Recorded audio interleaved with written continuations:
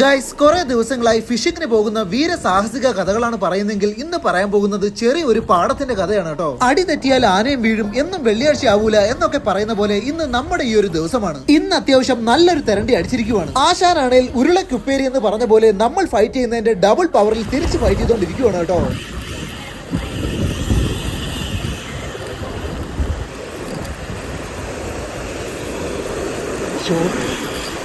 കൂടെയുള്ളവർ ഡേഞ്ചർ ആണെന്ന് പറയാറുണ്ടെങ്കിലും തെരണ്ടി സീസണിൽ ഇടയ്ക്കിടയ്ക്കായി ഒറ്റയ്ക്ക് വേട്ടക്കിറങ്ങുന്നത് നമുക്കൊരു ഹരമാണ്. ഒറ്റയ്ക്ക് നിന്ന് ഫൈറ്റ് ചെയ്ത് അവസാനം മീൻ കരക്കെത്തുമ്പോൾ ഇറങ്ങിച്ചെന്ന് ചെകളയിൽ പിടിച്ച് കരയിൽ വലിച്ചു കയറ്റുമ്പോൾ കിട്ടുന്ന ഒരു ഫീൽ ഉണ്ടല്ലോ, അതൊന്ന് വേറെ തന്നെയാണ്. പക്ഷേ എല്ലാ ദിവസവും ഒരുപോലെ ഇരിക്കില്ലെന്ന് പറയുന്ന പോലെ ഇന്ന് പണിയൊന്നുകൊണ്ട് പാളി കേട്ടോ. തെരണ്ടിയോട് ഫൈറ്റ് ചെയ്ത് അതിനെ വലിച്ച് തീരത്ത് വരെ എത്തിച്ചിട്ടുണ്ട്. പക്ഷേ ഇന്നത്തെ തിരക്ക് വലിയ പവർ ഇല്ലാത്തതുകൊണ്ട് ഒരു വിധത്തിലും മീൻ തിരക്കുഴിയിൽ നിന്നും കരയിലോട്ട് കയറുന്ന ലക്ഷണമില്ല. ഇറങ്ങിച്ചെന്ന് മീനിനെ കരയിലോട്ട് വലിച്ചു കയറ്റാൻ നോക്കുന്നതിനിടയ്ക്ക് ഇതേ നമ്മുടെ ഫോണിൽ മെമ്മറി ഫുൾ എന്ന് കാണിക്കുന്നു. ഇവിടെ അങ്ങോട്ടാണ് സത്യത്തിലെ പണി വാളുന്നത് കേട്ടോ. ചെസ്റ്റ് മൗണ്ടിൽ നിന്നും മൊബൈൽ എടുക്കുന്ന വഴി അത് നേരെ കയ്യിൽ നിന്നും കടലിലേക്ക് നോക്കുമ്പോൾ നമ്മുടെ മൊബൈലിനെ ഇതാ തിര എടുത്തോണ്ട് താഴോട്ട് പൊയ്ക്കൊണ്ടിരിക്കുവാണ്. വെള്ളത്തിലായതുകൊണ്ട് തന്നെ സ്പീഡിന് മൊബൈലിന്റെ അടുത്തോട്ട് എത്താനും കഴിയുന്നില്ല. അവസാനം ഒരു വിധത്തിൽ ഓടിയിറങ്ങി എന്തോ ഭാഗ്യത്തിന് വെള്ളത്തിൽ കൈയിട്ടപ്പോ കറക്റ്റ് മൊബൈൽ നമ്മുടെ കൈ കിട്ടി. പക്ഷേ ഇപ്പോഴാണ് നമ്മൾ വലിയൊരു കെണിയിൽ പെട്ടിട്ടുണ്ടെന്നുള്ള കാര്യം മനസ്സിലായത്. സ്റ്റിക്കിൽ നിന്നുള്ള ബ്രൈഡ് നമ്മുടെ കാലിൽ ചുറ്റി കിടക്കുവാണ്. കുറച്ച് വലിയൊരു തിര വന്നപ്പോ തിരണ്ടി തിരിച്ച് കടലിലേക്ക് ഓടാനും തുടങ്ങിയിട്ടുണ്ട്. കാലിൽ കെട്ടിക്കിടക്കുന്നത് കൊണ്ട് തന്നെ സ്റ്റിക്ക് കൊണ്ട് ഇനി ഒന്നും ചെയ്യാൻ കഴിയില്ല. നല്ല ഭാരമുള്ള